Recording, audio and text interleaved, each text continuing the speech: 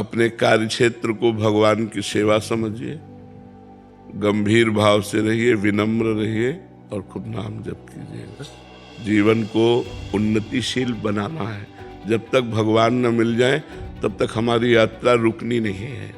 लौकिक पारलौकिक सब क्षेत्रों को पार करते हुए एक बार ठाकुर जी के देखें, जिसके हम असली में हैं, एक बार भरनेत्र उसको तो भी देखें। अनंत जन्म व्यतीत हो गए इसी माया में भ्रमित होते हुए, न जाने किस किस को अपना बनाया, सब छूटते गए। एक बार जो अपना है उसको तो देखें, जो एक बार अपना असली पिता है, जिसने मुझे प्रकट किया, जिसने मुझे बनाया है, एक बार उसको देखें। एक बार लालसा होनी चाहिए। सुनते हैं बड़े सुंदर हैं यार, एक बार तो देखना चाहिए ना, बड़े सुंदर हैं, देखने योग्य हैं, अपने हैं, प्यारे हैं। तो एक बार ये लक्ष्य बना लेना चाहिए कि आप चाहे जिस जन्म में मिलो, ये आपके ऊपर छूट है, लेकिन प्यारे अब मैं आपसे मिलना चाहता हूँ। आपने सब सुख देख दिए, दिखा दिए, अब हम मुझे नहीं चाहिए, अब मुझे आप चाहिए। और अगर आप चाहिए तो सारे सुख आपके चरणों में अपने आप आ जाएंगे। और आपसे विमुख होने पर, देखो हनुमान जी महाराज रावण से बोले कि तेरे पास सब कुछ है लेकिन विवेक नहीं। जिनके द्वारा तुझे सब कुछ मिला है उन्हीं की पत्नी का अपहरण करके तू सुख चाहता है। तो शंकर सहस विष्णु आज तो ही सकहि न राख राम कर द्रोही। हजारों शंकर हजारों विष्णु मिल जाएं तो भी तुझे भगवान राम से द्रोह करने के कारण तेरी रक्षा नहीं कर पाएंगे। और अंततो गत्वा बंदर उसकी खोपड़ी पे पैर मारते हैं। ये हाल देखकर मंदोदरी कहती है कि राम विमुख अस हाल तुम्हारा, रहा न को कुल रोवन यारा। आज जिस समय तू चलता था मैंने देखा है, दिशाओं के दिग्गज कांपते थे। आज वही रावण तेरी खोपड़ियों को बंदर लात मार रहे हैं। ये हालत भगवान से विमुख होने के कारण हुई।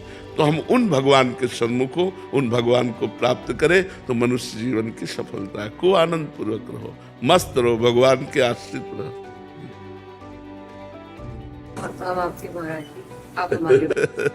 हम सब श्री जी के हैं। हम एक छत्र के नीचे हैं, जिसका है नीला छत्र है ना,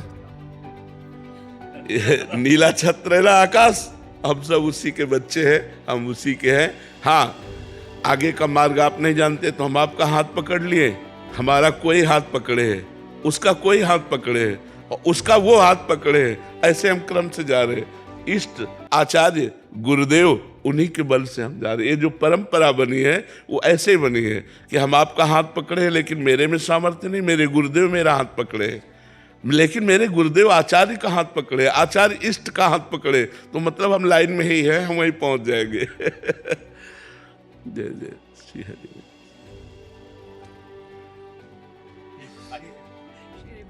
श्री हरि, खूब जाओ, मस्त रहो। अलका श्रीवास्तव जी। राधे राधे महाराज जी। महाराज जी, योग क्षेम मतलब जीवन यापन से जुड़े खर्च की चिंता बनी रहती है, इससे ऊपर उठने के लिए महाराज जी क्या करें?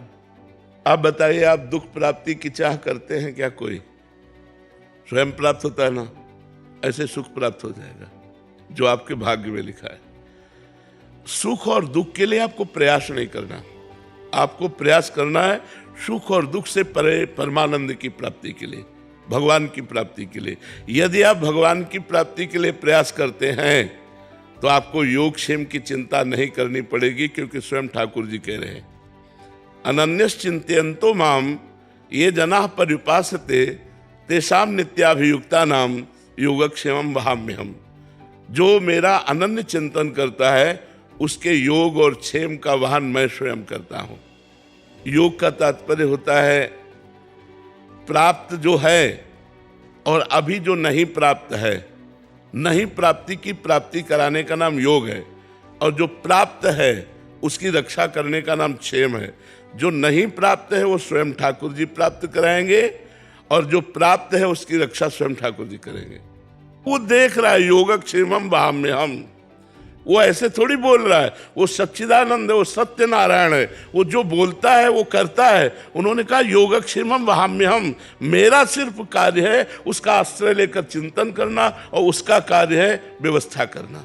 हम जब उसकी शरण में हैं तो उसकी व्यवस्था अपने आप होगी। आप चाहे गृहस्थ हो चाहे विरक्त हो, सबकी वो व्यवस्था करता है। हम आपको कैसे बताएं, वो इतना आगे से आगे देता रहता है। आपको क्यों नहीं मिलता? क्योंकि आप अहंकार से अपना पोषण कर रहे हैं, भगवान से नहीं। मैंने ये किया, मैं ये करूंगा। अहंकार विमूढ़ात्मा करता हम मन्यते, तो उतना ही मिलेगा जितना आप कर रहे हो। अगर ऐसे हो गए, एक होता है गोदनामा और एक होता है निजी कमाई। जो भक्त होता है वो गोदनामे में होता है। हमारा विश्वास, हमारा आत्मनिर्भर भाव, हमारी आत्मा भगवान है, उन पर निर्भर भाव, तो कहते योगक्षेमम वहाम्यहम्। हम एक गृहस्थ की बात बताते, हम रोटी मांगने जाया करते थे, तो उनको देखते तो पूजा में ही लगे रहते। बिहारी जी के तीनों काल के दर्शन, यमुना स्नान, वृंदावन की प्रदक्षिणा और नाम जब भक्ति में रत रहते। उनकी बेटी सयानी हुई, कोई अर्थ की व्यवस्था नहीं कि आपकी बेटी सयानी हो रही है और ब्याह करना है और आप रात दिन पूजा में ही केवल लगे रहते। आपकी आय कोई है नहीं। जो रेलवे में तो उससे जो उनको मिलता था पेंशन, उसी से उनका चलता था। वो बिल्कुल बिल्कुल विरक्त संत जैसे गृहस्थी में। तो उनका बाबा, हम बिहारी जी की वो बात देखते हैं जो उन्होंने कहा योगक्षेमम वहाम्यहम्। मैं पूर्ण भरोसे पे हूं, जिस तारीख को जिस समय होना होगा वैसा होगा। एक परमहंस जी थे, अभी उनका शरीर पूरा हुआ, बड़े ब्रज के गुप्त परमहंस थे, उनको कोई जानता नहीं था। वो एक इंजीनियर को गुड़गांव से लेकर के आए बिहारी जी के दर्शन कराने। तो वो उनके यहाँ पहुंचे, पहुंच कर कहा कि तुम्हारी बेटी ब्याह लायक है यार, ब्याह नहीं करोगे? तो उनका कोई संयोग बैठेगा तो देखेगा, हम तो बिहारी जी के ऊपर है। तो कहा ये इंजीनियर है, ठीक रहेगा? इंजीनियर से कहा लड़की ठीक रहेगी? उन्होंने कहा जी 5 मिनट हम बात कर लें। बोले बात कर लो, ब्याह हो गया। कैसे बिहारी जी करते, कैसे व्यवस्था करते, योगक्षेमम वहाम्यहम्। ये कोई भगवान ने मजाक नहीं की, गीता जी में स्वयं भगवत वाणी, पर हम ऐसे नहीं हो पाते। हम कहते हैं ऐसे रहो, तुम बचाने की कोशिश मत करना, तलवार आएगी और तुम्हारे गले में हार बन जाएगी, तो तुम्हारे गले को छू भी नहीं सकती यदि भगवत आश्रित हो।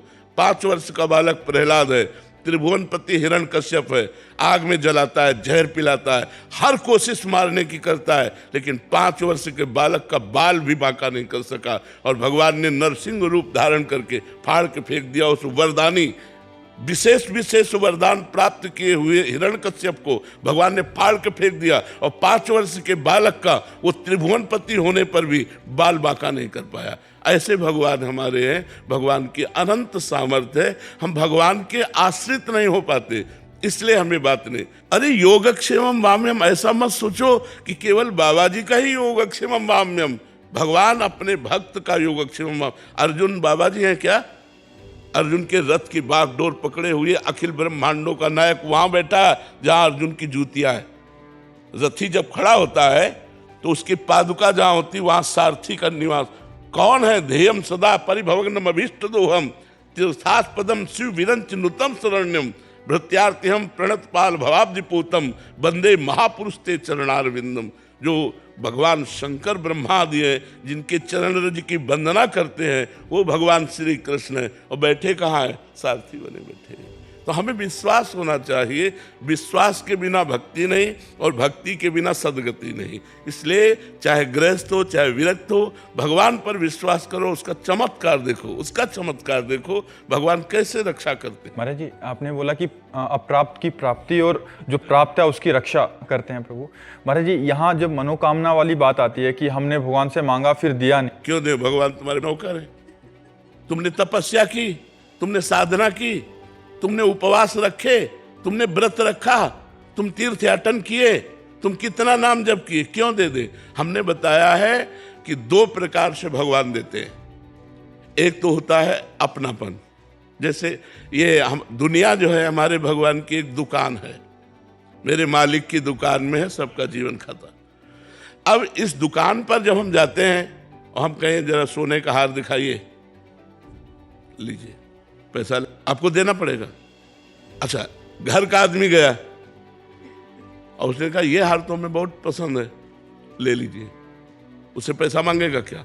तो या तो भगवान के बनो, तो आप मेरा स्वामी है, मैं उनका दास हूं, वो मेरा पिता है, मैं उनका पुत्र हूं, जिधर चाहूं, जो चाहूं, जब चाहूं, जहां चाहूं वहां उपस्थित करवा दूं, क्योंकि वो अखिल सामर्थ्यशाली है। या तो घर के बनो, उनके दास, उनके निज जन बनो, उनके सखा बनो, उनको प्रीतम मानो, और या फिर तपस्या करो।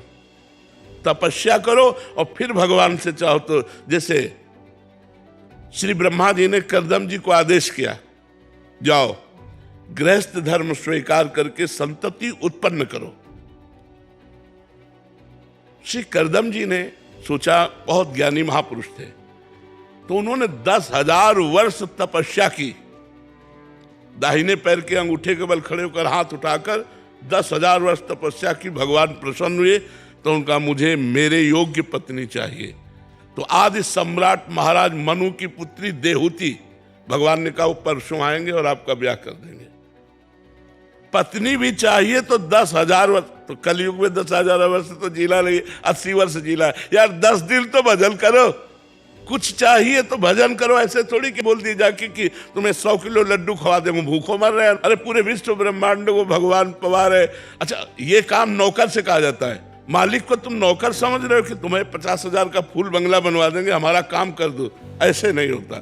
या तो इतनी तपस्या हो, आपका भजन हो, व्रत उपवास हो, तीर्थयाटन हो, तो मांगिए, अनुष्ठान कीजिए तो पूर्ति होगी। या आप भगवान के बन जाइए कि नाथ आप मेरे स्वामी हैं, मेरी आवश्यकता है, तो भगवान उस आवश्यकता की पूर्ति निश्चित करेंगे। विश्वास कीजिए। अगर दो में से आपका कोई न तप है और न संबंध है, तो ऐसे मांगने से नहीं मिलता। ऐसे मांगने से तो सब लोग मांगते रहते हैं भगवान से, ऐसे थोड़ी सुनते हैं भगवान। हमारी बात मान लो, भगवान को अपना मान लो। अपना मानने में क्या जाता है, वो तो अपने है ही। और फिर प्यार से उनसे बात करो, वो सुन रहे हैं, मान लो छवि के सामने ही आप ऐसा। हमने आज तक देखा है कि 1 सेकंड में हमें उत्तर मिला है। हमारे हृदय में ही 1 सेकंड में उत्तर आया। अगर हमने कोई प्रश्न किया अपने ठाकुर जी से, कोई बात की, एक तो ऐसे चांस ही नहीं आते, 1 सेकंड में निदान मिला है। 1 सेकंड में निदान मिला है। वो सुन रहे हैं, आप जहां से बोल रहे हो वहीं बैठे सुन रहे हैं। लेकिन आपका परिचय तो होना चाहिए। आपने परिचय तो संसार में किया, भगवान से परिचय किया नहीं। भगवान को केवल एक माना अपनी वासनाओं की पूर्ति का क्षेत्र, सो ऐसा नहीं है। वो भगवान है, बहुत चतुर है, बहुत खिलाड़ी है, ऐसे हाथ में आने वाले नहीं है।